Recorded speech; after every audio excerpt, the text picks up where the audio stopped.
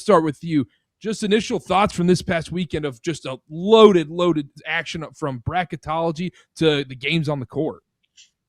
Well, speaking of loaded, that's a loaded question, Carter, and it's great to see you again. But I would like to just say, we learned a little bit from the committee. I think the biggest surprise at the top, of course, was the Iowa State announcement, and it was the way it happened. The committee chairman, Keith Gill, we all agreed did a phenomenal job communicating the process. They were all together Wednesday for their proper voting. Thursday, they did what's called a scrub.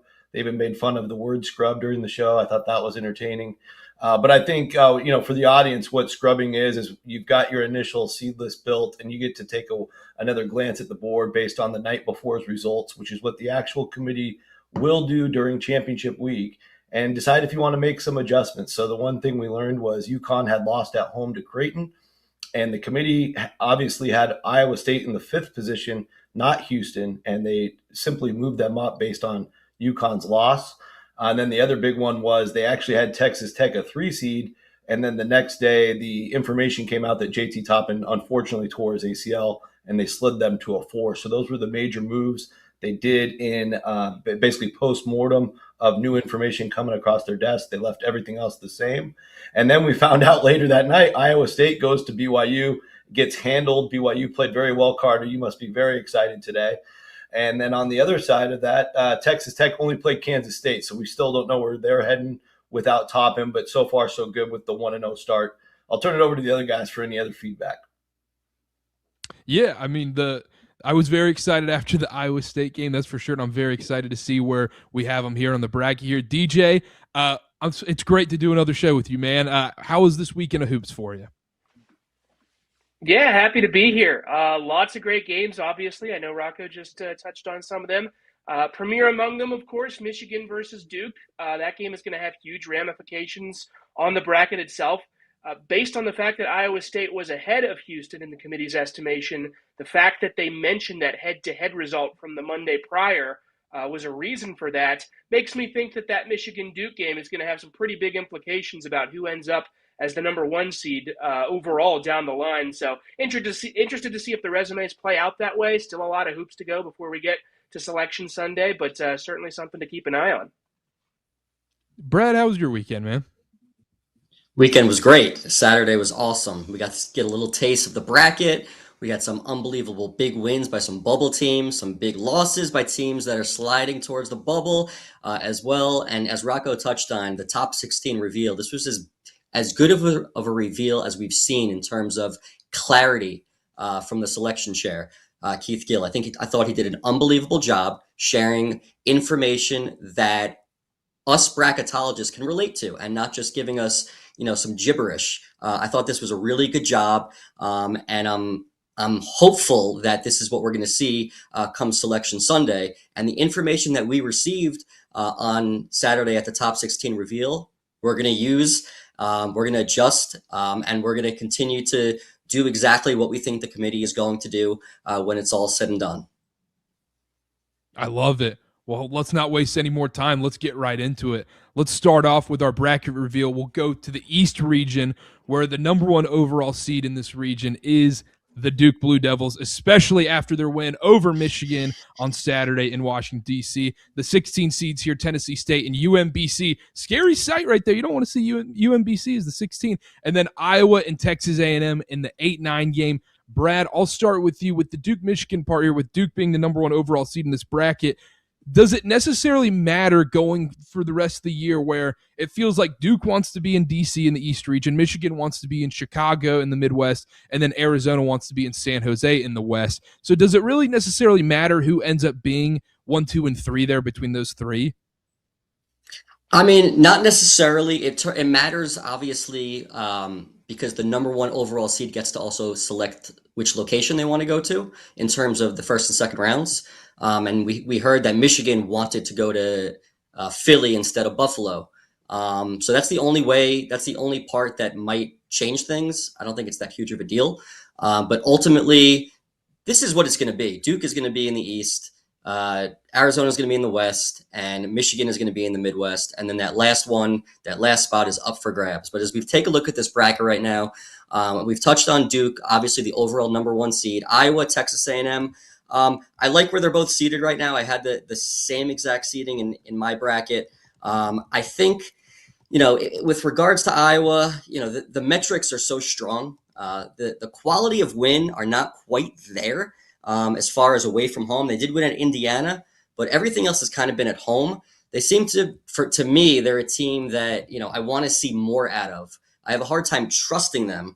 And they just lost at Wisconsin, no harm there. And then as far as Texas A&M goes, they're an interesting team, 4-5 against quadrant one opponents, but the key for them is that they have 3 Q1A road neutral wins.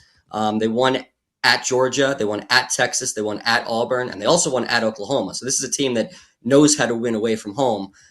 So I like where they're seated right now. The one thing I will caution Texas A&M is, right now their net is 42. So their predictive metrics are not in a great spot. So I could see them being dropped a little bit, but for right now, I'm okay with where they're seated right now at this time. Moving on down the pod here, down the Reese Egan, we got the 4 seed Texas Tech playing Utah Valley, the 13, and then Alabama's the 5, and then the 12 seed Belmont. Rocco, we've got the interesting court case going on between UVU and the WAC, if they can even be in this thing, assuming that, let's say they get the restraining order and everything that's going on behind it. We've got Utah Valley here. Just thoughts on this pod? Yeah, it's fascinating what's going on there with different frames of reference. We don't need to get in the weeds on it, but Utah Valley is clearly the first place team after last week's action. There's been a cluster at the top. We saw California Baptist for a lot of the season. We've also seen Utah Tech get in the mix. Their neighbors down to the southern part of the state. But now it's Utah Valley right now. If they're allowed to play, they would be the 1 seed. That should be worked out by Friday, is my understanding, as the WAC does have the indoor track championships this week. Obviously, not as much revenue in track as basketball, but still precedents will be set, and I think that will give us a better clue on their eligibility. As for Texas Tech, we've talked about what the community decided to do with them. I think based on that knowledge, based on them being the strongest of the 4 seeds per the committee, it's pretty safe to keep them right there at a 4 with the home win over Kansas State. Really a nothing burger, just hold and serve for the Red Raiders. In the 5-12, Alabama, of course, they were the first of the 5 seeds mentioned by Keith Gill. He had mentioned Alabama and Arkansas on the broadcast. And I think what ended up happening over the weekend was Vanderbilt did fall, but they fell at home to Tennessee. And now we have a crazy 4-way cluster in the SEC between Alabama, Tennessee, but also Vanderbilt and Arkansas still very close to that mix. Very difficult to break down, but Tennessee getting the big road win, and they've won at Alabama, I think puts Tennessee above them and keeps Alabama stuck at the 5 based on, again, the information from the committee and then factoring in Saturday's results. So I think that's why we ended up with Alabama there. And then their opponent in this 5-12 matchup, obviously a very dangerous Belmont, wrapping up the number 1 seed for Arch Madness. Very impressive season for the Bruins. Unfortunately, didn't have any mega wins in the non-conference, probably out of the mix for an at-large, but their wins above bubbles in the top 55. They are very connected, pass the ball extremely well, lost their point guard for the year, and keep winning games anyway. So watch out for that matchup, Belmont, Alabama. Tons of three-pointers if we ever get to see that matchup. I love it. Let's continue down the East region here. We've got the 3 seed, the Kansas Jayhawks. We got a big one here on Big Monday tonight against Houston, the 14 seed, Austin Peay. And then it's the 6-11. You got Louisville as the 6. And in the 11, you have a bubble matchup for last 4 in between Santa Clara and USC. DJ, thoughts? Yeah, I'm surprised you didn't go to Rocco for this one with the Santa Clara USC matchup. He's salivating at seeing that in the first 4. But, starting at the top here, Kansas, they're a team that took kind of a head-scratching loss on Saturday at home to Cincinnati, kind of a rare, form for them, having a misstep like that. But they've still got the wins where they're in really good shape. They beat Tennessee on a neutral court. They won at Texas Tech. They beat Arizona at home. So they've shown that they can do it all 3 ways.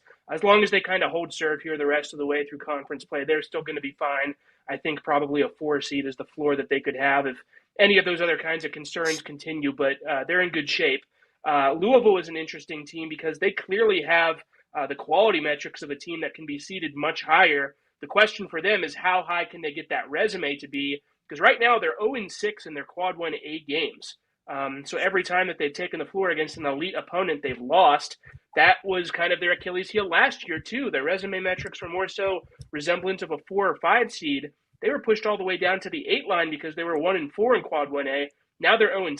So I wonder if it's going to be a similar situation for them this year, just based on that the fact that they've missed so many of those big opportunities at the top. So big games on their schedule for them, obviously at UNC tonight, at Clemson on Saturday, at Miami to end the regular season to maybe address some of the issues there. And then the bubble game between Santa Clara and USC is certainly very interesting. Santa Clara's season might well come down to Wednesday night when they go to Moraga to play St. Mary's, 2 bubble teams out of the WCC. The overall kind of metric numbers say that Santa Clara should be in, 41st in wins above bubble. They average a 37.3 across the quality metrics, and they are 7-1 in Quad 2 to counteract the fact that they're 1-4 in Quad 1. Still got that awful loss to Loyola Chicago to deal with for sure, so they're going to be a fascinating case. And then USC obviously took a very bad loss on Saturday, losing at home to Oregon. They're a team that has kind of been floating around the 9-10 range for a while. Now they fall down to the last 4 in. I had them as my final team into the field.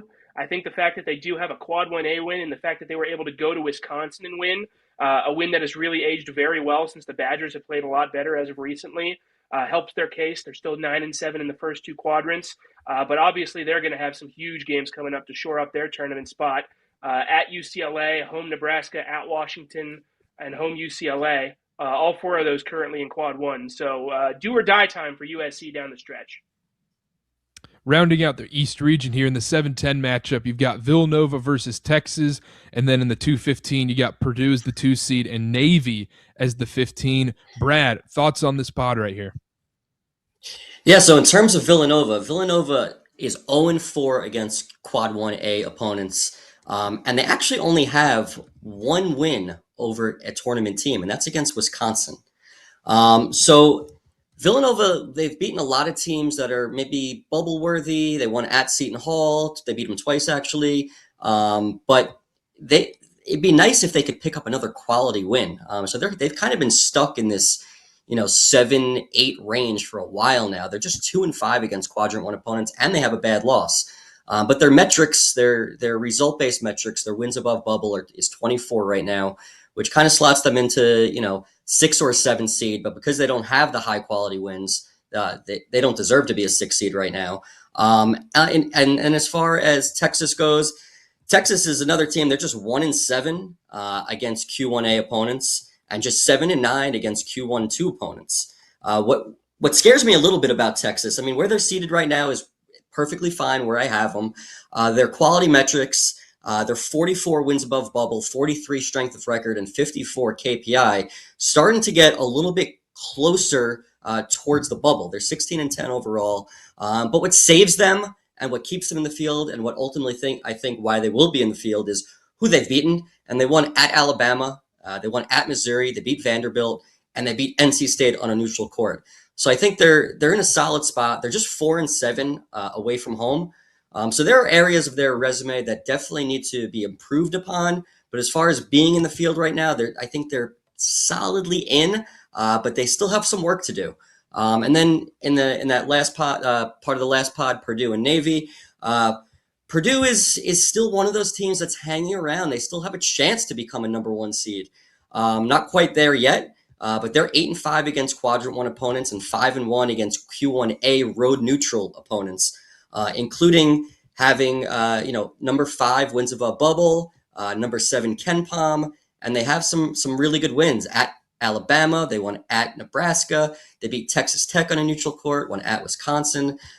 So they're one of those teams that's hanging around, and they still have a chance based on, it's going to depend on how other teams play on the 1 and 2 seed line to break that 1 seed line, and we'll see how it turns out. But they're hanging around. They have a big game later this week against Michigan State, and we'll see if they're able to climb any further. Rocco, give me your overall thoughts on the East region right here.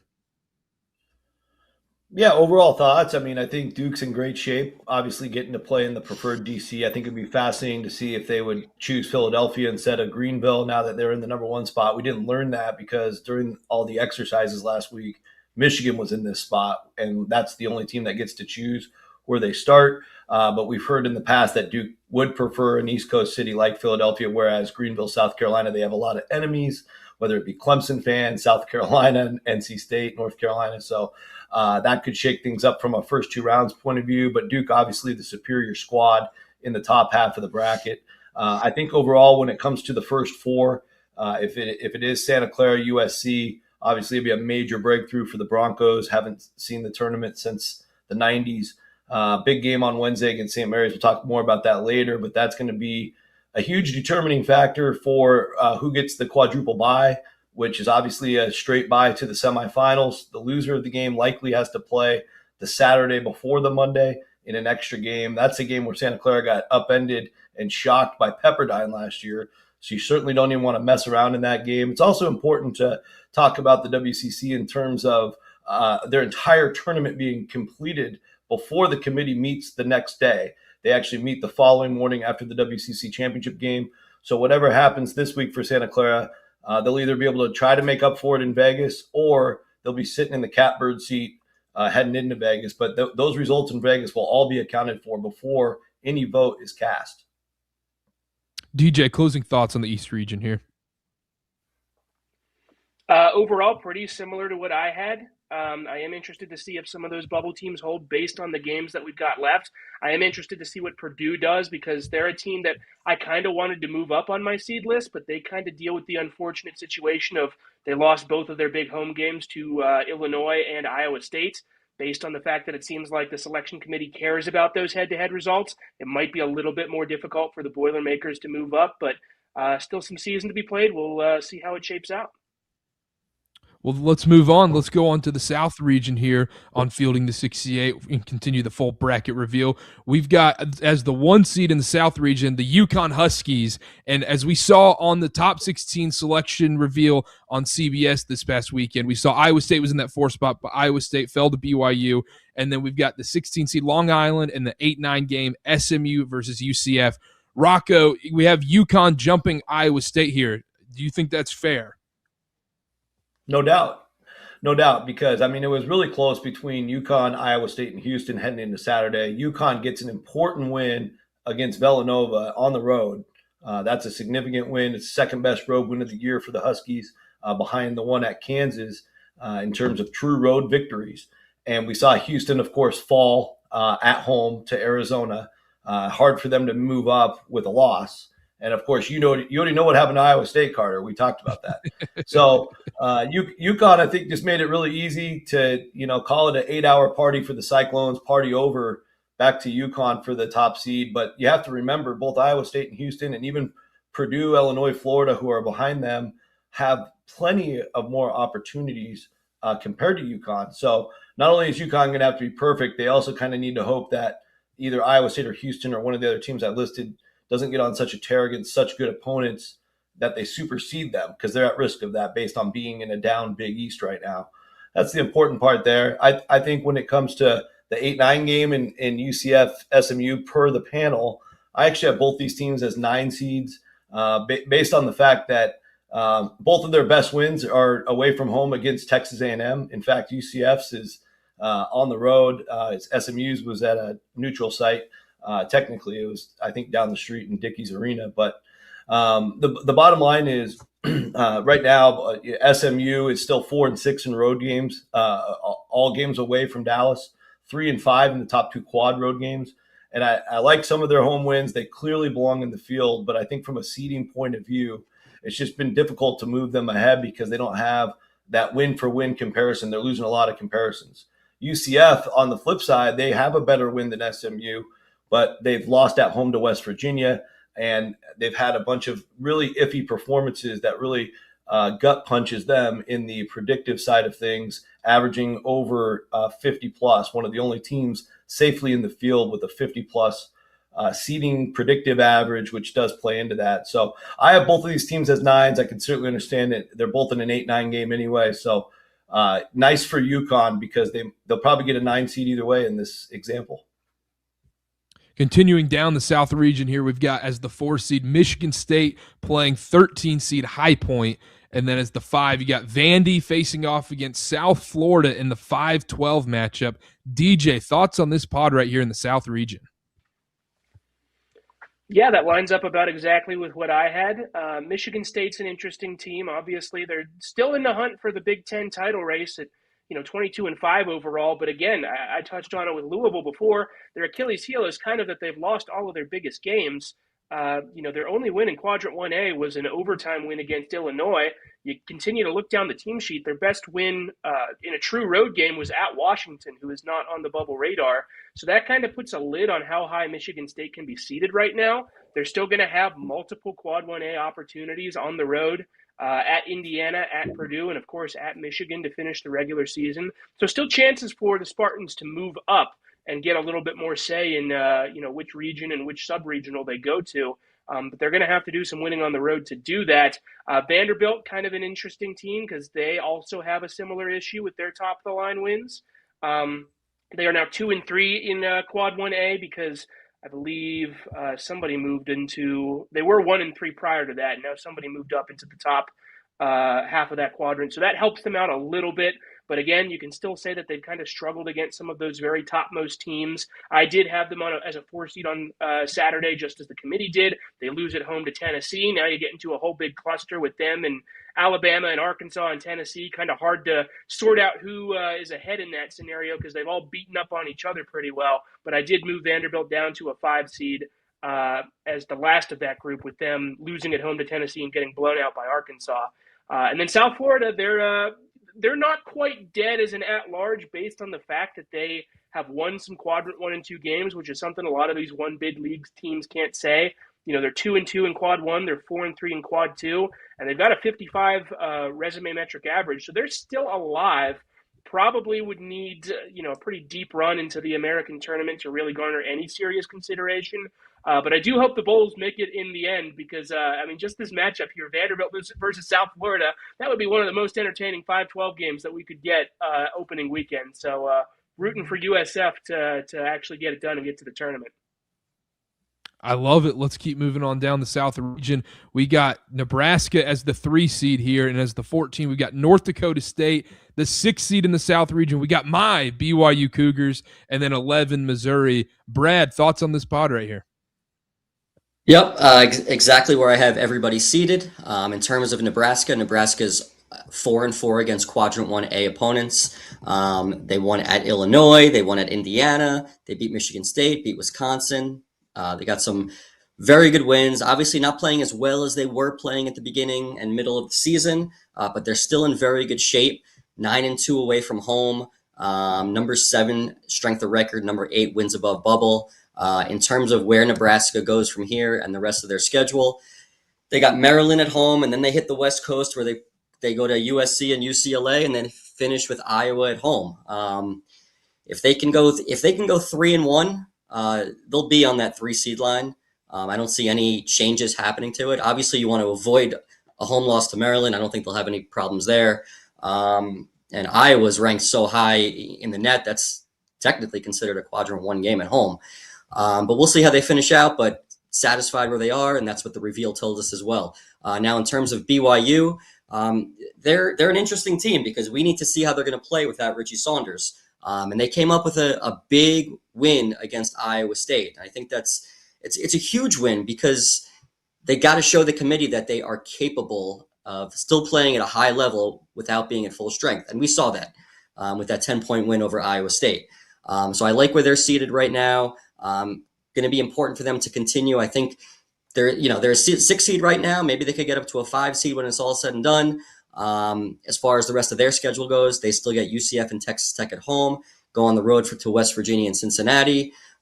So somewhat reasonable of a finish to the season. We'll see how they close it out. And then in terms of Missouri, Missouri is a team that still in the field, thanks to their quality of wins. They won at Texas A&M. They won at Kentucky. They beat Florida. They beat Vanderbilt. They beat Auburn. So their wins are very good. 4-5 against Quadrant 1 opponents. their predictive metrics are not in a good place. They have the worst net of any team, any at-large team right now at 61. So they're definitely at that area of an 11 seed, potentially last four in. They're just 4-7 away from home. And in terms of Missouri's schedule to finish up the season, they get Tennessee next, big game to add to their resume and get off that 11 line. They head to Mississippi State and Oklahoma, and then they finish against Arkansas. So there's really no easy games in the SEC. But you want to finish solid if you're Missouri to maintain that bid, that at-large bid, and keep them in the field. Finishing up the South region here, this is a matchup everybody could not wait for. 7-seed Kentucky versus 10-seed UCLA. I think the post-game, pre-game, all the antics off the court might be better than the basketball on the court in that one. And then you've got Houston as the 2-seed and Portland State as the 15. Rocco, what jumps out here, obviously, Houston playing in Houston, as we all know. Well, in order to play in Houston, they have to win 2 games, Carter. So they'll have to start in Oklahoma City more than likely. And Kentucky and UCLA are big brands, and that would be an interesting game in terms of how it's officiated. So we would have to wait and see on that. But obviously, the pathway's there for the Cougars. Kentucky at a 7 seed, exactly where I have them today. I know the 2 road wins at Tennessee and Arkansas really top out very well for the Wildcats, and the win against St. John's is certainly important. But when you shake it all out and you start doing comparisons, you see an 8-10 record in the top 2 quadrants. Their 18 hardest games, they're under 500. Of course, they're just 5-8 in quad 1 and barely over sea level when it comes to all 3 of the top quads at 11-10. Losing records in both the road entirely away from Rupp is 4-7, and then top 2 quad road games 3-5. So luckily, those 2 of those 3 wins are monsters at the Vols and at Arkansas. Tons of respect for those 2. So they're I think within the voting of a real committee, 12 people. Some might be a tad higher because they like those wins a lot. Some of them might poke holes in these guys because of the consistent losing. They've been losing about once a week on average in the league. And so this is about where they fall if you balance all that out as a 7 seed. As for the opponent, UCLA, of course, a Tyus Edney moment, as Tim Brando said instantly on the call. So nobody on Twitter can take credit for that. But it was so similar with the Donovan Dent coast to coast. And that was a game they were in a deep, deep hole, losing to a very strong Illinois team, pulled it out in overtime, somehow got the game to overtime, first of all, then win it in overtime. And now you refresh all the Bruin data, and you got yourself a team that's still 2-7 in 9 opportunities against tournament level competition, and both wins were essentially buzzer beaters. You think back to the what I call the Billadunians, when Bilodeau just buried Purdue at the last second. So you're seconds away from this team being 0-9 against tournament level competition, but they got the 2 wins, and that's really all that matters. And they're elite enough wins. They're both in Quad 1A to where you really have to give them the credit there. At the end of the season, though, I want to see them beat a team on the road that's above the bubble. Their best win on the road is at Washington. They also have a win at Oregon and Penn State. Those are bottom of the conference teams right now. And they're just 3-5. They have 5 losses. They had 5 other opportunities in the top 2 quads to win on the road. Of course, Mick Cronin has been the talk of the town, or if this is a big national town, he's been the talk of the nation. And that's because they got killed at Michigan and at Michigan State. They were not competitive. And so you have a lot of pros and cons with UCLA. But one of the pros is they have not taken a bad loss overall. No losses outside of the top 2A in quads. And compared to the rest of the bubble, that's favorable for today. And so I did have them at my last 10 seed. I'll agree with the panel here. And then Houston, last thoughts on Houston real quick. Obviously, losing to Arizona ruined their chance to move back up to the 1. Here at fielding the 68, we did have them as the final 1 seed on Friday. They missed that opportunity, a little bit outplayed at home against a really, really good Arizona team. But everything is still in front of Houston. Obviously, going to the Fog tonight to try to win at Kansas. We'll see how that goes. And then there's more big ones to come later. So Houston securely in the 2 seed, and at least they're getting the South in our reveal today. Rocco, let me ask you this with Kentucky as the 7 seed here. What's the highest seed line that Kentucky could reach, or what's the lowest they could fall? Well, that question always comes back to the rest of their schedule. And you take a look at that, Carter, and you see a couple of big home games with both Vanderbilt and Florida, and they have a really solid road opportunity to add on to the road resume at Texas A&M. The next game at South Carolina is basically, of course, a must win. If they were to win out there, you're adding a big win over Florida and Vandy, plus a good road win. I think the 5 seed is very possible. With the 10 losses, it might be very difficult for them to crack the protected seeds. So I'm not going to promise all that. But I think a 5 seed is well within range if they can rip off 4 wins in a row. Let's not forget, though, this team's on a 3-game losing streak, and they need to start with 1 win at South Carolina before the cart gets in front of the horse. Yeah, absolutely. DJ, closing thoughts on the South region here. Well, really only one thing pops to mind, and that's what I'm thinking what Dan Hurley's going to say leading up to it, knowing that he may have to play a road game in the Sweet 16 or the Elite 8 rather against Houston. I have said all along that it might actually be in UConn's best interest to not be a 1 seed just based on the way that the top of the 1 line is shaken out. Very likely that they would be sent to Houston if they are indeed a 1 seed, and that leaves the potential open for Houston to be in there as a 2 seed. So maybe in their best interest to take a weird loss here or there somewhere just to get down to that 2 line and avoid the possibility of that. Kind of weird to wrap your brain about the way that works, but it could potentially be the truth. It'll be interesting to see if it shakes out that way. Yeah, maybe do that against Seton Hall. We'll see. Brad, closing thoughts on the South region. Yeah, just to top off what DJ just said in terms of UConn, I think it actually could be a great thing for UConn. I think Dan Hurley would use it as motivation to his team. We're a number 1 seed in name, but we're not really a number 1 seed. The selection committee, they screwed us. That's what he's going to say. They screwed us. And this is going to be something else that they could use behind closed doors to really get his team motivated to that championship level. And, we know where he's capable of taking them. And then the last thing with regards to this region, you have some unbelievable coaches. Hurley, Izzo, Cronin, Sampson. I mean, to me, those are 4 of the best coaches in the entire country. And that would be a sight to see for sure. It absolutely would, but we got to get to a break here. When we come back, we'll talk about the Midwest and the West regions and reveal the full bracket here on the Field of 68 right after this.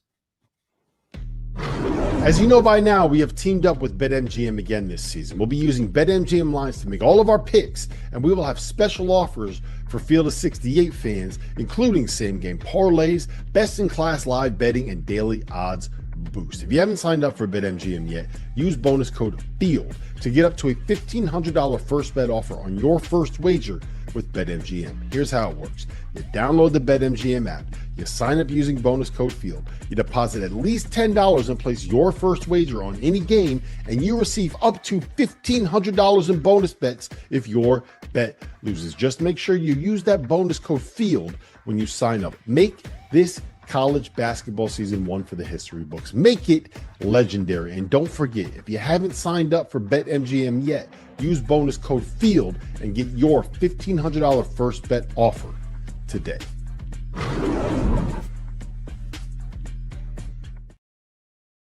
Are you trying to follow everything happening in college basketball? It can be overwhelming. That's where the Field of 68 Daily comes into play. The Daily is your go-to source for recruiting news, game analysis, portal updates, and much, much more. For just $50 a year, you get access to the same information that your favorite coaching staff is subscribed to. Quality content can be hard to find in the college basketball space. The Daily is here to help. Make sure you subscribe today. If you're not a member of the Field of 68's On3 community, make sure to go check us out. Get access to all of Jeff Goodman and Rob Doster's written content, including coaching carousel breakdowns, info on who is and isn't entering the transfer portal, insider recruiting information from none other than Joe Tipton, X's and O's analysis of all the teams in college basketball, and access to our message board community. A 7-day trial costs you $1. The Field of 68 on 3. Get the scoop. Welcome back to Fielding the 68, where we are doing our full bracket reveal here live on the Field of 68 Media Network. Let's get right into it with the Midwest region. We have, as the number 1 seed in this region, the second overall team in our field. The Michigan Wolverines facing off against Howard and Bethune-Cookman in the 16 matchup there. And then in the 8-9, we've got Miami. Jay Lucas and company couldn't quite get it done against Virginia on Saturday. And then as the 9 seed, St. Mary's. DJ, I'll start with you here. Thoughts on Michigan as the 2 overall?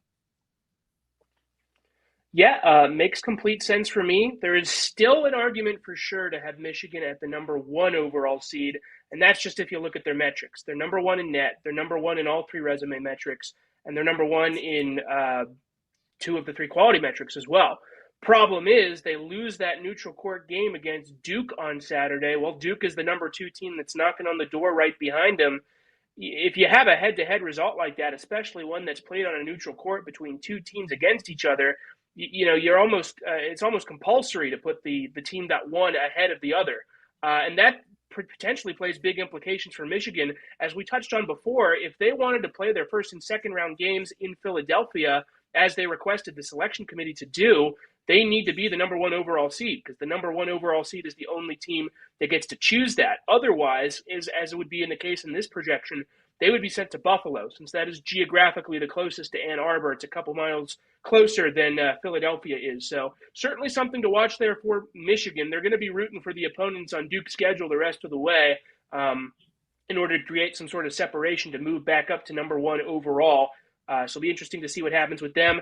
Miami, what a great story they've been. Jay Lucas comes in and is playing with a bunch of guys that have never put on a Hurricanes uniform before and have just played really solid basketball. And, they were a team that for a while there, they were out of I think one of my fields just because they hadn't beaten any tournament level teams. Well, now they add to the resume wins over NC State and North Carolina, the win over the Wolfpack coming in Raleigh. And all of a sudden you're looking at a team that's not just in the field, but pretty safely in the field. Could have had a chance to climb even higher if they had won at Virginia on Saturday, ended up losing that one in a tight one. But they will get another chance for a road win against a tournament team down the line against SMU. They still get Louisville at home, so they can continue to climb. And then St. Mary's is really a fascinating case. Right now, St. Mary's has 1 quadrant 1 win, and it is hanging on by the slimmest of margins right now. Virginia Tech slotting in at net number 50, so that neutral court win over the Hokies is as low of a quadrant 1 win as you can possibly have. So kind of hoping and praying that Virginia Tech stays in that top 50 in order to maintain that quad 1 win. It's not a huge deal if it falls out entirely, but it will look a little bit better in the selection room if they stay there. They are going to get the potential for a quadrant 1 win that will stay there permanently against Gonzaga, of course, in the final game of the regular season this coming Saturday. If they can get revenge on the Zags, I would feel pretty safe about St. Mary's. If they were to lose that game to Gonzaga, then a lot of emphasis would be on this home game against Santa Clara coming up on Wednesday. So certainly 2 very big tests for the Gales here right at the end of the regular season. Continuing in the Midwest region here, we've got Virginia as the 4 seed, UNC Wilmington as the 13, Arkansas and Calipari as the 5, and then Yale as the 12. Brad, thoughts on this pod right here?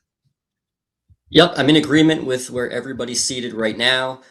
In terms of Virginia, the question is, how much higher can Virginia go? You take a look at Virginia's overall metrics and their quadrant numbers, and they are number 1 in the country in terms of record against Q1A opponents. They're 4-0.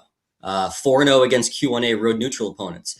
But then you have to do a little bit more digging to see who are those wins actually against. And look, they're good wins, but their wins are against SMU, Louisville, NC State, and Texas on the road. All, like I said, not taking anything away from those wins because they're very good wins. Virginia has yet to beat any one of those teams that are top 3, 4, 5 seats. So that's the one thing lacking, which is why they're only a 4 seed right now, even though they're 24-3 and have some metrics that might put them as a 3 seed. In terms of Virginia's remaining schedule, can they get better than a 4 seed? They get NC State, Wake Forest, and Virginia Tech at home. Those 3 games aren't going to do a whole lot. And then they also get at Duke. So obviously, if you win at Duke, that changes everything. That'll get them up a seed line. But other than that, I think they're going to end up slotting right there. But they also have the possibility to get jumped, assuming they don't beat Duke. And one of those teams that could jump them in the end is Arkansas, because we take a look at who Arkansas still gets to play, and Arkansas still has A&M and Texas at home. They go to Florida and they go to Missouri.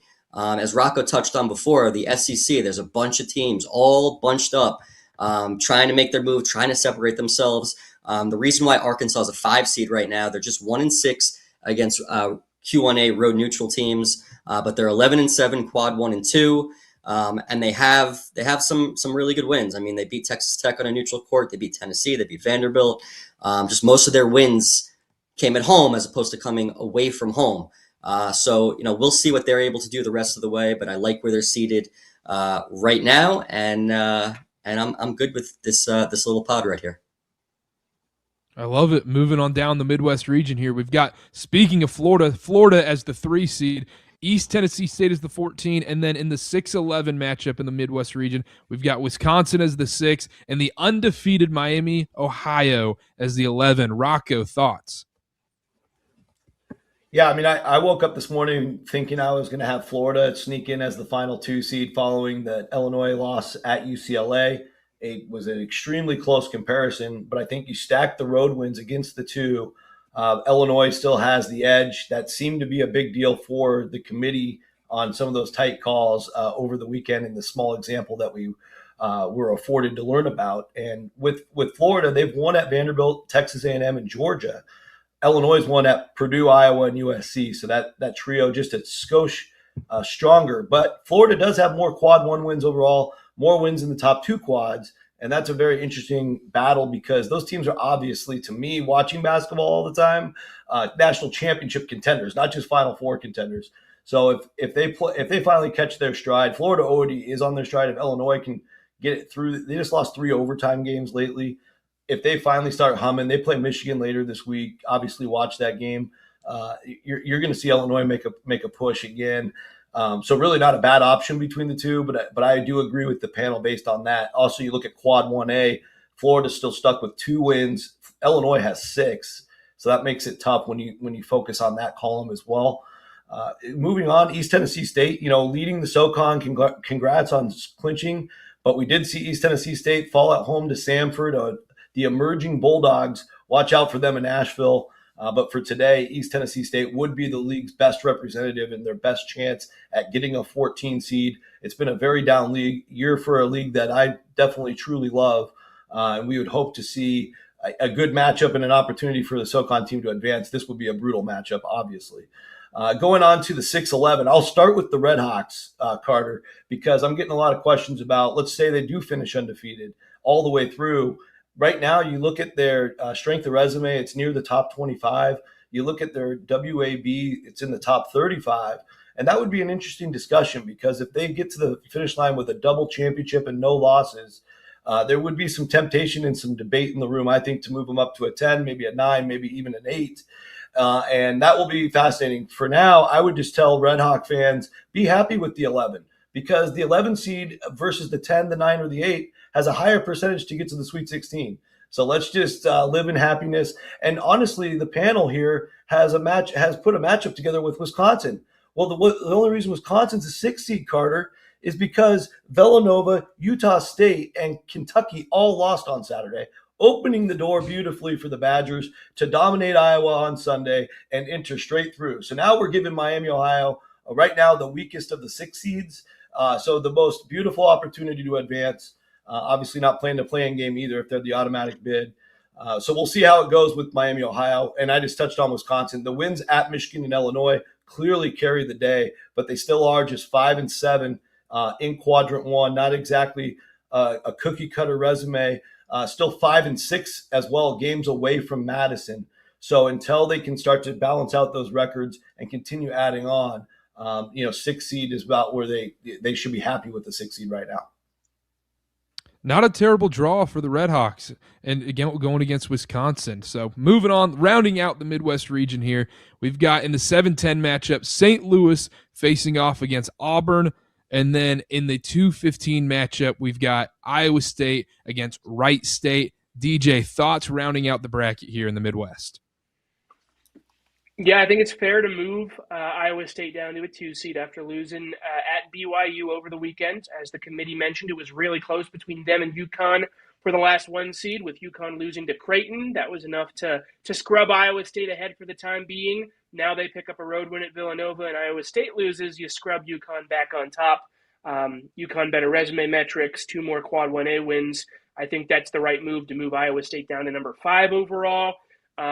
St. Louis, of course, throws an interesting wrinkle in that, because if we were assigning sub-regional sites to these, this game would most likely be in St. Louis, as that's the closest of the first and second round sites to Iowa State. St. Louis is allowed to go there because they are not the host team, and they have not played 3 games on the court of the Enterprise Center. So would not be too happy if I were TJ Otzelberger and the Cyclones playing against a very, very dangerous St. Louis team in what is essentially a road game.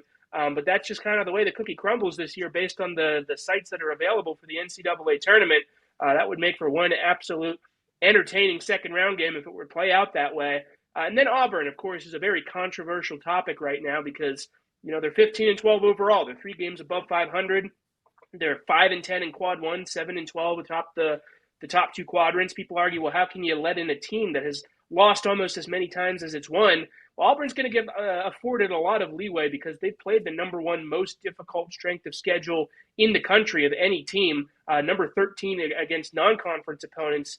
And of course, they got a real feather in the cap on the resume. In addition to having 5 quad 1 wins, they're the only team in the country to go into Gainesville and beat Florida. So, we can knock out the defending champions on their own court like that. That's going to carry your resume massively, as we saw how much the committee favors those kind of road wins against top-level teams. I still think Auburn is going to need to probably finish 3-1 here in the regular season to feel safe. It's very doable against Oklahoma, Ole Miss, LSU. You can win all 3 of those games and then lose the finale against Alabama. If you only go 2-2, then the pressure is on you to win at least 1 game, if not 2, in the SEC tournaments. If they were to go 2-2 and bow out in the first round of the SEC tournaments, then they would be 17-15 on Selection Sunday, and I would not feel very comfortable about that if I were an Auburn fan. So go 3-1 here to finish the regular season, and I think Auburn can pack their bags for the tournament. Brad, anything that jumps out to you here in the Midwest region? Yeah, a couple things. First of all, with St. Louis and Auburn, you have a team with the tied for the second best record of any at-large team currently, going against a team that has the worst record of any at-large team. And there's always been a huge debate. St. Louis is in the Atlantic 10, which it's not a mid-major conference, but it's also not a power conference. They're somewhere in between. And there's always been a healthy debate about teams that are in conferences like that, going up against power conference teams. So that would be one heck of a matchup. A team that people would say this team doesn't deserve to be in, just based purely on their overall record. I would love to see that. And then just in terms of Florida as a number 3 seed, I agree with them being a number 3 seed right now. But let's be honest, if we were not looking at numbers or anything like that, I think a lot of us might have Florida as a number 1 seed right now. So if you have Florida in your region as a number 3 seed, good luck to you. Good luck to you. Exactly. Rocco, anything that jumps out to you here on the Midwest region? Yeah, agree with Brad. If you have a region with Florida, Illinois, and Michigan all in the same region, only one of those teams can go to the Final Four. That's borderline ridiculous because they are very much national championship contenders in each entity there. The other thing that stands out is Michigan's potential second-round game if they were to play St. Mary's. Good friend Justin Joyner, of course, on Dusty May's staff, was with St. Mary's for years. That would be a big deal. It would really be helpful for, I think, both of their scouting reports. That'd be fascinating to see that game. And don't forget, St. Mary's has a couple 7-footers, and they could actually match up with Michigan on a schematical standpoint.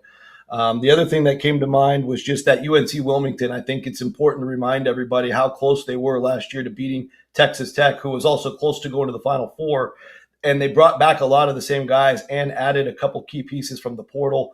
Whoever Wilmington gets in the first game, if it's winnable, is going to be one of the hungriest underdogs in the tournament. And a Virginia draw, I think they would be very happy with, because nothing against Virginia. Virginia's got great players, but I think they smell a little bit of blood there for the Seahawks.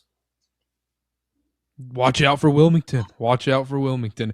Let's close out here. Final region to reveal here. Let's go to the West region. We've got the number 1 seed in this region, the Arizona Wildcats, facing off against App State as the 16, and then in the 8-9, Utah State versus Clemson. Brad, thoughts on Arizona being the 1 seed in the West?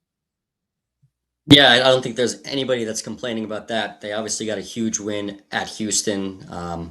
Going to say they're pretty close to being locked into that number one seed come Selection Sunday. And then in terms of that 8-9 game, Utah State and Clemson, both teams lost. But focusing in on Clemson, I have them as a 9 seed as well, and they've really fallen off the last week or two. And take a look at what they've done. They're 0-3 against Q1A opponents. Their quality metrics are slipping. They're 41 strength of record right now. Their best wins, they beat Georgia on a neutral court. They beat Miami. They beat SMU. They won at Cal. Good wins. I wouldn't say any of them are great wins. So they better be careful down the stretch, because if they continue their losing ways, they're going to be in big, big trouble. And I think, look,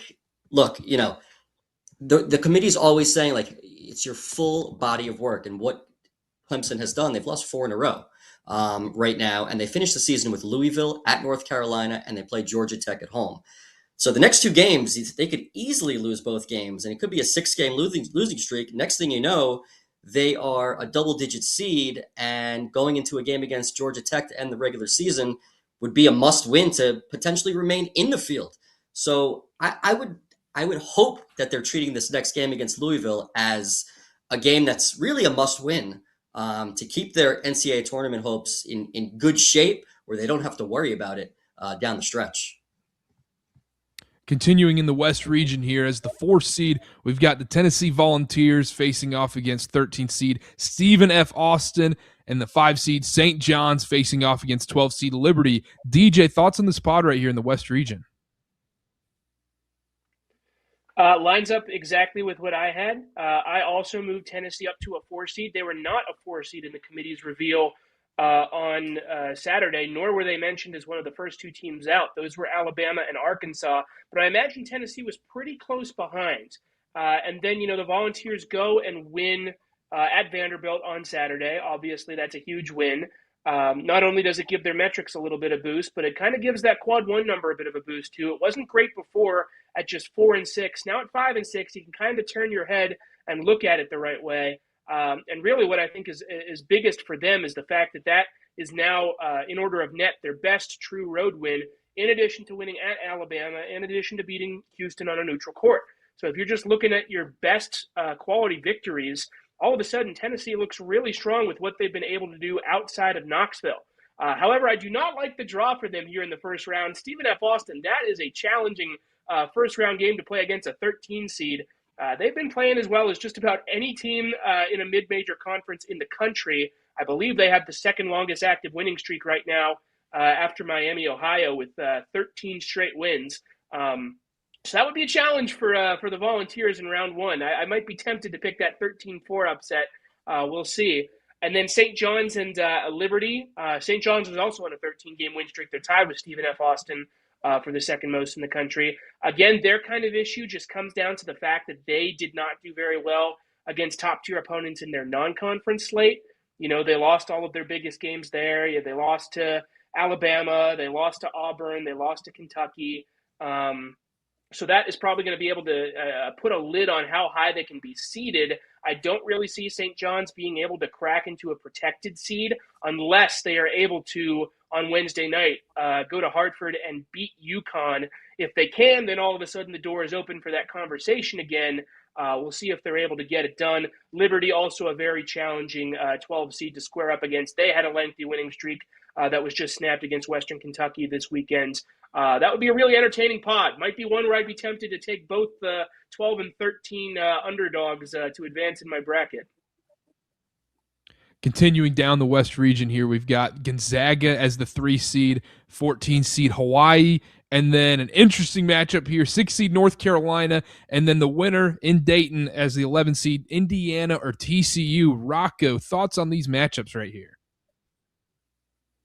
Yeah, well, first of all, Gonzaga, great news at the reveal. I had them as a tweener between the back of the 3 and the top of the 4 line. The committee says back of the 3 and above teams like Michigan State and Texas Tech. That's huge news for Gonzaga entering the most important stretch of their WCC season. Of course, they get one more rematch with Portland. You would think they can come out pretty angry based on what happened against Portland last time, and then they come here and play St. Mary's in a showdown on Saturday night. And then, of course, like I said before, the WCC tournament, they'll get the full results of that. So as long as they can handle their business, cut down the nets in Vegas, they're at least getting a 3 seed, you would imagine, maybe even moving up to a 2. So that's great news for them. But I do think out of all the 14 seeds, the one league you wouldn't want to see is the Big West Conference. And I'm not sure why we're celebrating Hawaii today. They don't deserve any celebration this week. They've spent the last 2 weeks losing on their home floor to Cal State Northridge. They lost to them on the road, but they lost on their home floor to Cal Poly. Now we have a 3-way tie at the top of the Big West, and we have a huge showdown with UC Irvine going to Northridge Thursday night. That's going to be phenomenal. Northridge playing the best basketball in the league. Coach Andy Newman, phenomenal. Hearing his name a lot on the coaching carousel rumors, but let's hope the Matadors can really break through, because that's been a very down program for the last decade. As we go on to the 6-11, North Carolina, the big thing that came up with Keith Gill, the selection committee chair, was the status of Caleb Wilson. You know, they played one big game since he's been out. We don't know when he's coming back, and they got clubbed by their rival NC State by 24 points.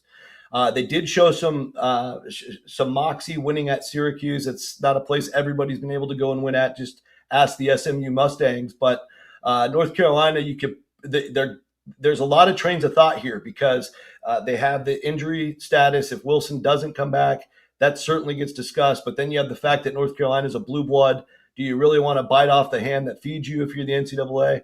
So there's so much to think about with the Tar Heels. But if they do play consistently well, they got to go back to Duke to finish the year. They're going to host Louisville tonight. And then, of course, they're going to host Clemson next week. So a lot of big key opportunities to tell the committee what they're made of. Last but certainly not least, we have a play-in game between the Hoosiers and the Horned Frogs. And these are 2 of my first 4 teams. So I'm right there with the panel. The gross thing about the Hoosiers right now is they're 2-10 in quad 1. That's pretty bad. 1-7 and with an overtime win at UCLA in top 2 quad road games. It's the only thing saving that category. And if they didn't win that overtime game at UCLA, I think it'd be pretty simple to leave the Hoosiers out at this point. So they're starting to play with some fire. Obviously, a couple more big games coming up in the Big Ten for them. And then for TCU, America's favorite resume, all sorts of helter-skelter results. The way I look at it is, you have 3 really subpar losses, losing at home to Notre Dame and New Orleans, losing at Utah, but you have the 3 really good wins over Florida, Wisconsin, and home Iowa State. The thing you don't like is none of those 3 big wins were true road wins. That's something I would like to see TCU prove, because as of today, their best road win is at Oklahoma State. But as of now, that good just barely outweighs the bad, and I can stomach putting TCU in Dayton. Finishing up the bracket here in the West region, we've got NC State as the 7th seed and the 10th seed Georgia. And then in the 2-15, we've got Illinois facing off against Merrimack as the 15. Brad, thoughts on finishing up the bracket right here in the West region? Yeah, first of all, with regards to Illinois, they still get to play Michigan next. And I think if they want any chance to become a number 1 seed, you have to win that game. The door is still open, and Illinois has some great wins on their resume, winning at Purdue and at Nebraska, beating Texas Tech and Tennessee on a neutral court.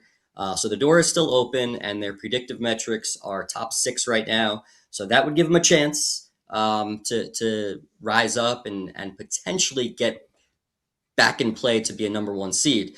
And then in terms of NC State's a solid 7 right now. Surprisingly enough, they have a quadrant 4 loss to Georgia Tech, which is just barely a quadrant 4 loss.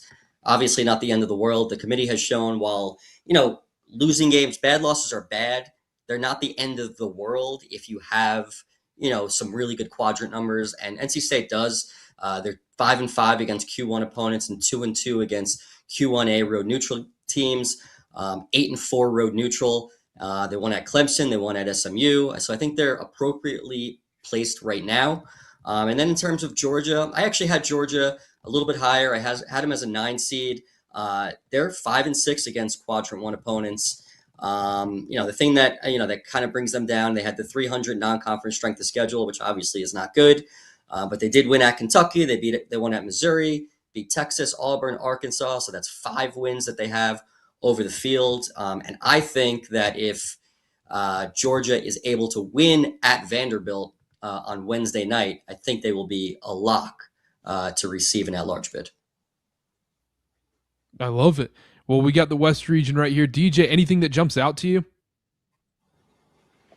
Well, I certainly know that if I'm an Arizona Wildcats fan, I'm having nightmares about the prospect of having to play Illinois in the Elite Eight. Go all the way back to 2005 on that one and dig up some pretty scary history. But no, overall, it lines up pretty well with what I had. We'll touch a little bit more here on the bubble in a second. There's one minor disagreement that I have there, but overall would be a pretty interesting bracket. Be able to see if a team like Gonzaga, who obviously has not had the chance to play exactly the highest quality opponents in a while since non-conference play. Good games against St. Mary's and Santa Clara for a couple months, but will they be able to get into their typical tournament form like they usually do? They had their lengthy Sweet 16 streaks snap last year, having to play an early matchup against Houston in the tournament. So let's see how far they'd be able to go against some pretty heavy hitters there in that West region. Rocco, any closing thoughts on the West region here? Yeah, I disagree with Utah State as an 8. I think they've earned much higher than that. Obviously, they lost at Nevada barely, but they've impressed me all year long. Nothing changed from watching that game. I would at least have them a 7. I did have them as one of my higher 7s today, so somewhat surprised by that. That would be a brutal blow to them to have to play Arizona in the second game, assuming they could win their 8-9 matchup in this example. But good segue, because Utah State at San Diego State, huge first place implications in the Mountain West coming up on Wednesday. Besides that, I think everything else lined up with about where I had it. All right, then let's move on to the bubble. We already talked about the last 4 teams in, but let's remind you guys the last 4 in currently on the bubble here on Fielding the 68. We have Santa Clara, TCU, Indiana, and USC. Brad, thoughts on the bubble right here on the last 4 in? It's exactly what I have right now. None of these teams are safe. As Rocco mentioned earlier, Indiana being just 2-10 against quadrant 1 opponents is a problem, but even more of an issue because we saw a team get in being 1-12 against Q1 opponents last year in North Carolina. But North Carolina at least had a decent record against quadrant 1 and quadrant 2 opponents. I think they were 9-12 overall compared to what Indiana is. They're 4-10 right now. So they have some work to do. They got to keep winning some games. They obviously can't avoid another bad loss. And then as far as these other teams go, USC has really slipped over the course of the last couple of weeks. They have 2 bad losses on their resume. Their quality metrics are slipping into the upper 40s, and their KPI is actually 50 right now. I think the one thing that's actually keeping them in the field for me is the fact that they're 9-7 against quadrant 1 and 2 opponents. And generally speaking, it's not something that's automatic, but generally speaking, when you're over 500 coming from a power conference against Q1 and Q2 opponents, usually means you're probably going to be an at-large bid. But the season isn't over yet, and USC has a lot of work to do and not the easiest of schedules left. And then, as far as Santa Clara and TCU go, Santa Clara's got a huge game against St. Mary's later this week. A win there would go a long way to securing an at-large bid. And TCU, while they do have a quadrant 4 loss, they do have some high-quality wins. And some of them were at the beginning of the season. They beat Florida on a neutral court. They beat Wisconsin on a neutral court. And they beat Iowa State. So those are some excellent wins that absolutely offset their 2 bad losses. DJ, any issues with the last 4 in? I do. I have one difference. 3 of those teams are the same as what I have. I've got TCU and I've got Santa Clara in, and then I've got USC as my final team into the field. I kicked the Hoosiers out today after they got blown out on Friday in West Lafayette. I said, enough's enough. I can't put a team in the tournament that is 2-10 in quad 1 and 4-10 against quad 1 and 2. Their only good road win that they've had all year is against UCLA. It's a good win for sure, but it's also against a bubble team. TCU has better than that. USC has better than that. They won at Wisconsin, and other teams that are in that same area like Santa Clara and New Mexico haven't had those same opportunities, but they have at least stacked some quad 2 wins to provide a little bit of a bulk there. The Lobos are 9-5 in quad 1 and 2, and the Broncos are 8-5. Indiana's 4-10. We saw last year with North Carolina that a team can evidently lose a ton in quad one if they're able to back it up with some quad two bulk, because the Tar Heels were 8-0 last year. Indiana doesn't have that. They're 2-0 in quad two. You know, they've won 4 meaningful games all season long. Their metrics, at least the quality ones, say that they should be in the field. The resume ones are right there on the teetering points. At that point, I think you turn to the actual results of the games that have been played, and you just simply say, Indiana, you haven't done enough. Come back to me in a couple weeks after you played some of these games remaining on your schedule here. Huge ones, home Michigan State at Ohio State. I would circle those as must-wins for the Hoosiers right now if I want to feel any semblance of certainty about getting into March. Let's move on to our consensus first 4 out here. And we have New Mexico, Ohio State, Cal, and Virginia Tech here. Rocco, thoughts on the first 4 out? I have New Mexico in the field, and mainly because they have impressive road damage as a collective versus pretty much any of the other options. Winning at VCU and Grand Canyon is very difficult to do. I'm pretty sure, I'd have to double check, but I'm pretty sure they're the only team all year that's won at VCU. So clearly that's a very difficult thing to do. And it's also a couple thousand miles away from Albuquerque. And so having that be the headline of the Lobo resume, I feel very impressed by knowing the overall schedule that they get to play. And everything else checks out for the Lobos, in my opinion. 8-4 away from Albuquerque as a whole, 5-2 and 7 opportunities in the top 2 quads in true road games, winning also at Colorado State, and then a couple other Mountain West games fall into that category. And they have the blowout win over Santa Clara, a team that's, we all agree, is at least somewhat in the field. So I think there's a home for New Mexico. Obviously, they have some big games coming up. Going to Nevada tomorrow is not going to be easy, as Utah State just proved. They then host San Diego State this Saturday in the Pit. That's pretty much a must-win at this point. And then a sneaky tough start, a sneaky tough finish, hosting Colorado State, who's playing better. And then obviously the big one at Utah State, which could be a home run for the Lobos if they somehow go to Logan and win. Good luck, though. That environment is brutal.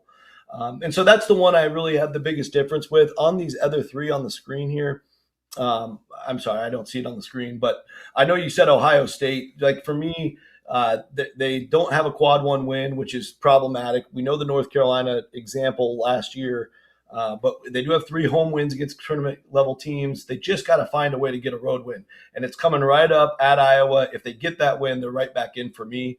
And California is a team that I think is much closer because of the road win at Miami than they were before. And obviously a lot of the bubble didn't play well this weekend, at least on the outside looking in part of it.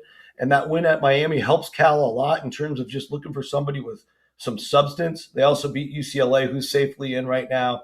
And of course, North Carolina at home. The really difficult part about the Bears, we've been saying it all year, 331st ranked non-conference strength of schedule. 4 of the last 5 years, an ACC team has been left at the altar, whether it was Pittsburgh, Clemson, or Wake Forest.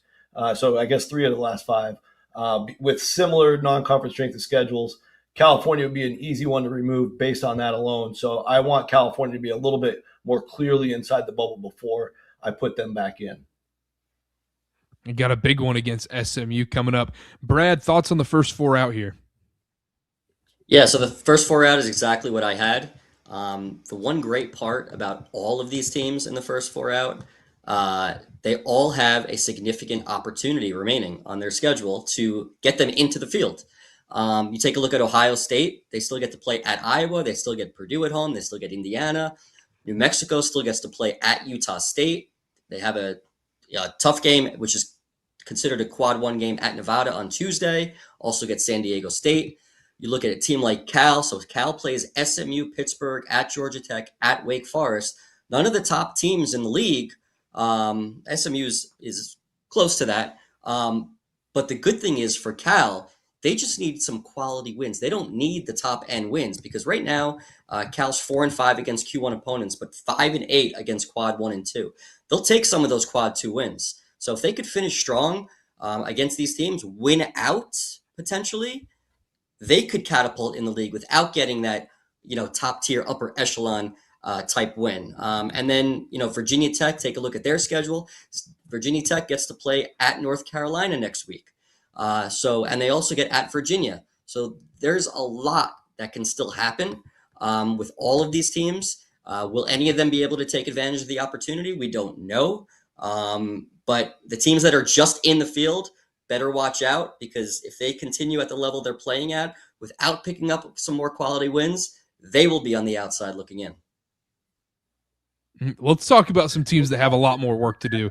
The consensus next 4 out here, we have VCU, San Diego State, Seton Hall. Somehow, some way, Seton Hall will never leave this graphic. They are just meant to be here. And then West Virginia. DJ, thoughts on the next 4 out?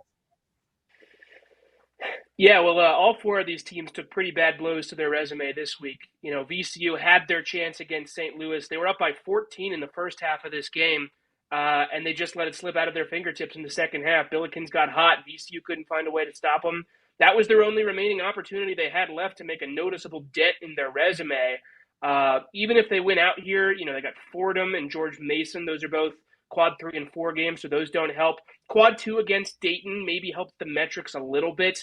But, you know, if I'm the Rams, I'm starting to think about Pittsburgh in the A-10 tournaments. Got to go do some damage there, if not win the entire thing outright. San Diego State, of course, has really lost its grip. They were a team that was right along the cut line for me for a while. Now you compound a couple pretty nasty losses, losing to Grand Canyon at home, and then at Colorado State over the weekend. Those are both only quad 2 losses, but, you know, you cannot afford to lose that kind of ground whenever you're right along the cut line, just barely in or just barely out. 3 huge quad 1 games for them all in a row here, starting Wednesday night at home against Utah State, then at New Mexico, then at Boise State. I'd like to see SDSU go at least 2-1 in those games to get back into the conversation. Similar story for Seton Hall. Not a great week for the Pirates. You know, losing at home to DePaul is awful, of course. And then they shot 0 for 18 from deep against Georgetown and still somehow managed to win that game. So, yeah, I guess they are just destined to stay in next 4 out forever. But obviously 2 massive opportunities left for them. Starts at UConn on Saturday and then at home against St. John's. Feel like you got to win at least one of those 2 games and then also win at Xavier in between the 2. And then West Virginia, another team that stumbled. They were back in it. They were certainly back in the conversation. And then all of a sudden, you lose at home to Utah. That immediately sets you back. That's not a very good Utes team. And then you lose at TCU by 6 points. Again, not bad in isolation, but you need to be able to win those games against other bubble teams if you're trying to stick out in the committee's estimation. 4 games left for them.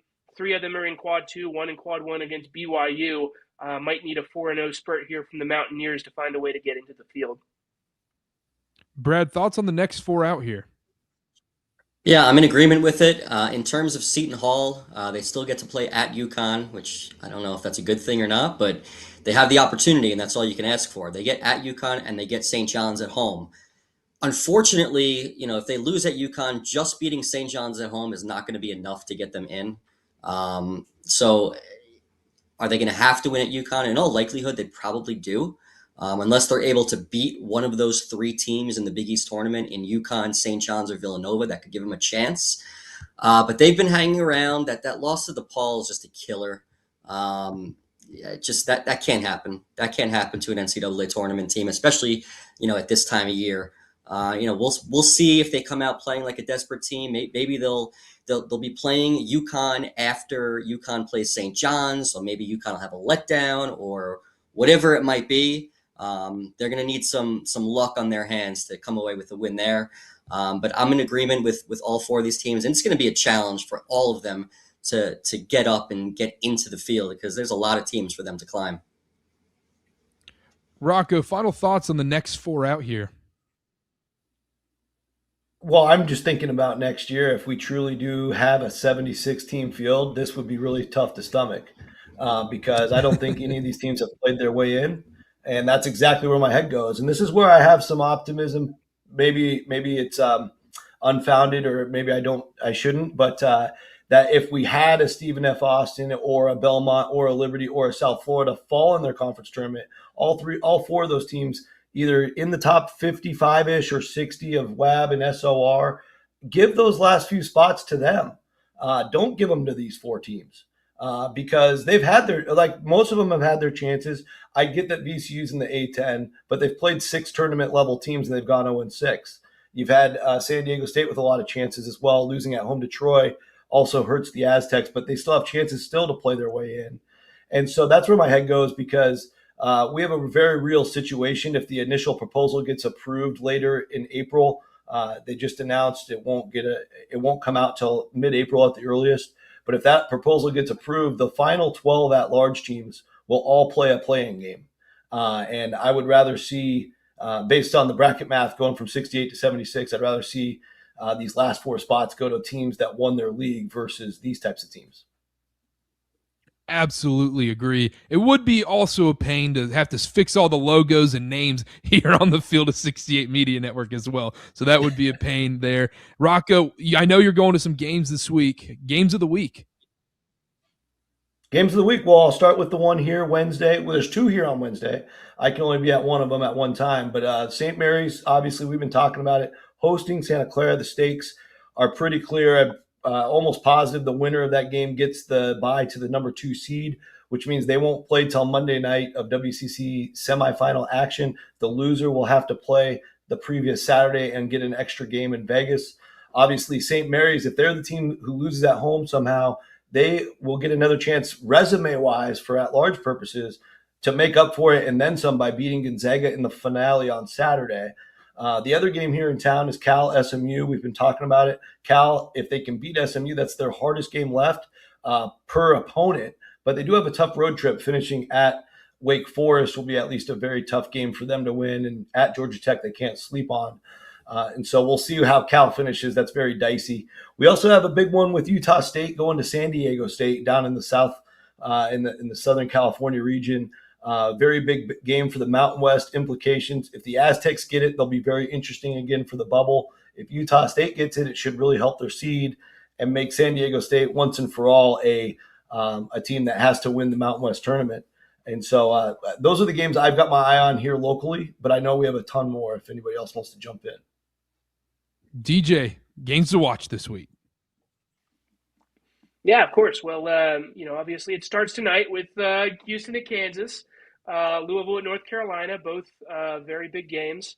But what I'm looking at is a pretty loaded slate here on Tuesday. I'm really interested, again, SoCal, USC at UCLA. That is a very bubbly game. The first of 2 games that we see those 2 teams play this year. Pretty late for both of those games to be occurring in this season, but huge implications on the bubble there. St. Louis plays at Dayton. I want to see if the Billikens can win that game. Again, that'd be quad 2. Got to take advantage of those opportunities, considering they've been pretty limited in the A10. Try to continue to move their way up the seed list. And then one game out of the ACC I'm really interested in is Miami at Florida State. Florida State has been as hot as any team in the ACC lately. I think it's a little late for them to put together an at-large run, but they are a scary team to be playing right now if you're an ACC team, especially any that are in the 8 seed or lower region on the bracket, having to face up against the Seminoles. So see if Miami can get through their rivals unscathed. Yeah, FSU's out to kill some resumes, that's for sure. Brad, games to watch this week for you. Yeah, some bubble games. First of all, Indiana plays Northwestern at home. Seems like a game that they should definitely win. Well, they better win, because if they lose to Northwestern at home, they will be out of the field.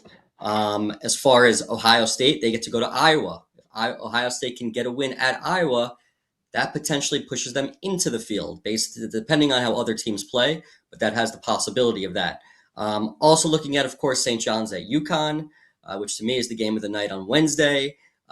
Michigan State goes to Purdue on Thursday, a game where if Michigan State is able to pull the upset, they could get onto the 3 line, and Purdue is still trying to get in the mix for a number 1 seed. And then finally, UCF plays at BYU on Tuesday night, a game where I think UCF should be in the tournament, but they officially lock in a bid with the win at BYU. Late tip-off for that one, that's for sure.